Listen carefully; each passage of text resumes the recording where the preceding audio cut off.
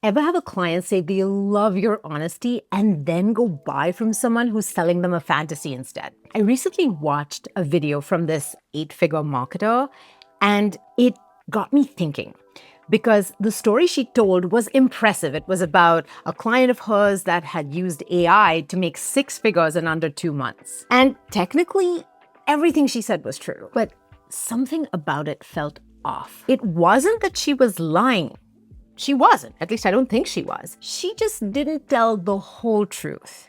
And that got me questioning everything I've ever taught about marketing. I used to run a $2.4 million business helping entrepreneurs with their messaging and positioning. I've seen what works and what it costs. So when I hear a story like that, I can see the edits. I can see the invisible parts that don't make the highlight reel. The client in the case study already had more than a decade of highly specialized expertise. She also had a network of ideal clients that she was able to message directly. What made her the 6 figures wasn't the AI tool, it was her network. But that's not how the story got told, because you can't sell somebody's network. We've all shaped stories to make a point. And the reason we all do it, apart from the fact that you can't not do it, because think about it. If you're telling a story in 5 or 10 or even 30 minutes, by definition, a whole chunk of reality is going to get left out. But let's be honest. The real reason we do it is because it works. Simplicity sells. The brain loves a condensed, smooth narrative that has no friction in it. It makes what we're selling much easier. It feels more manageable. And that's why we do it. So let me tell you what happened next that took my conclusion in a totally unexpected direction. This channel lives at the intersection of ethical marketing, anti-fragile business, and post-capitalist economics. It's a weird corner. I think it's where the conversations that actually matter are happening, kind of under the radar. I've always believed that the best messaging joins the conversation that people are already having in their heads. So to do some research for my channel, I started looking at other creators in this space. And that's when I noticed something really uncomfortable. The people that I loved, the ones with the right energy, who felt deeply authentic, who felt like they were telling the whole truth, they just didn't have a lot of views. On the other hand, the creators who were selling certainty and ease and fast, their views were exploding. And that's the paradox I just can't stop thinking about. People say they want the truth, but most will buy the fantasy. Because fantasy feels like progress without pressure. It whispers, you can have what you want without having to face yourself. Do this, get that, guaranteed. No mess, no margins, just magic. I've played that game,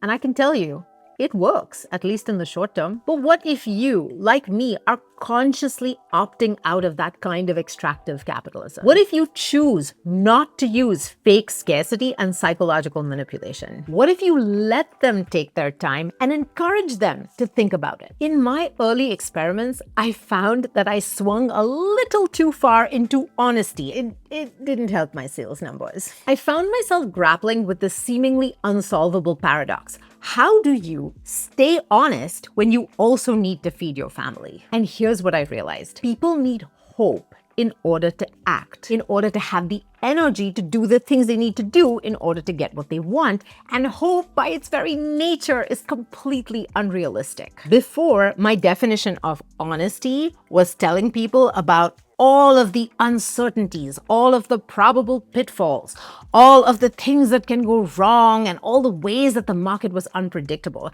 And as you can imagine, it had people being like, I don't know, let me think about it, let me wait, right? Because no one signs up for discomfort and ambiguity unless they believe that something inside them will change in the process. And that was my big aha. You see, I had been taught to sell outcomes. Sell Paris, not the airplane, sell the finish line, not the race, that sort of thing. But when the agreement between you and your client is that the most important thing is a thing like 6-pack abs or a dream wedding or $1 million, when things don't fit the narrative that your marketing creates, then people end up distrusting both the process and worse, themselves. But if the point isn't an outcome, if they aren't buying faster, cheaper, better, more certain, then what exactly justifies them spending the money? Are you seeing it? Because it's kind of really obvious and really hidden all at the same time. And if you're guessing process, you're close, but not quite there yet, because I went through this phase too, right? I thought, oh, I'm just gonna sell the process. The problem is, unless you're selling speed or ease,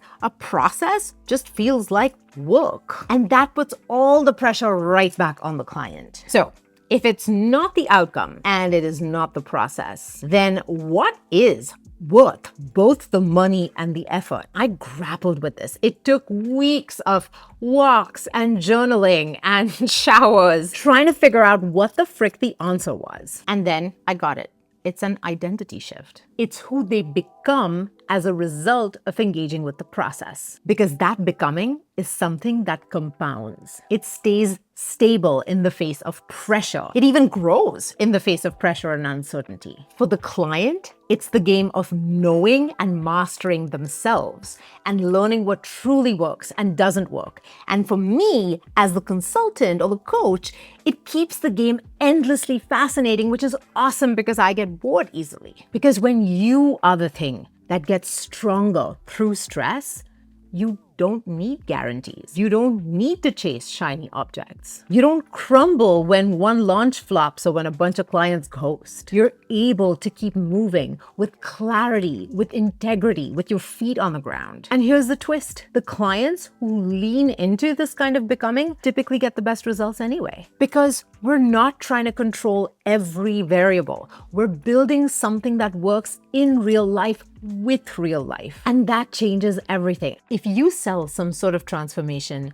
then your marketing and your sales process should focus on who your client becomes as a result of working with you. Think about it this way. What if the outcome, the thing that they're hiring you for, was just a side effect? If that were the case, how would you describe the real thing? It's almost as if your job as their guide is to help them want the right thing, a much bigger thing than they even know to want, a more stable thing, a more trustworthy thing. But they might be in so much pain that they don't even know that they're allowed to want it. Here are some questions to think about. What will they discover about themselves when things inevitably don't go according to plan? And how will you support them during those periods of stress? Another thing to always talk to your client about at the beginning of the engagement is what parts of this becoming are they most excited to lean into? Because that becomes the stable base around which your work is built. What you have to open their eyes to is that the real payoff comes from being a true partner to themselves. Because the hardest part of love isn't the falling in love part, it's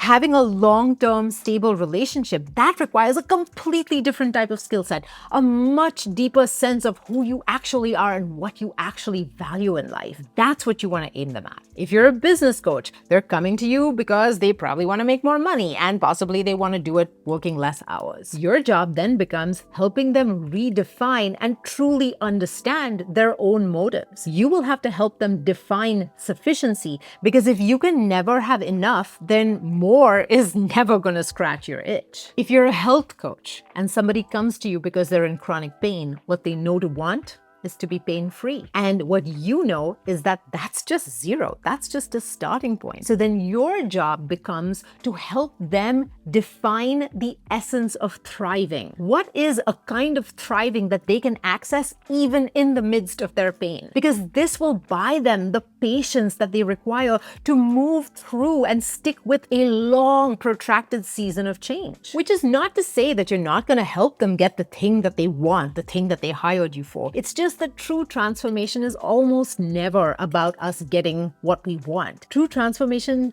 is almost always about us getting more access to what we already have. This becomes the stability at the core of the work that you do together.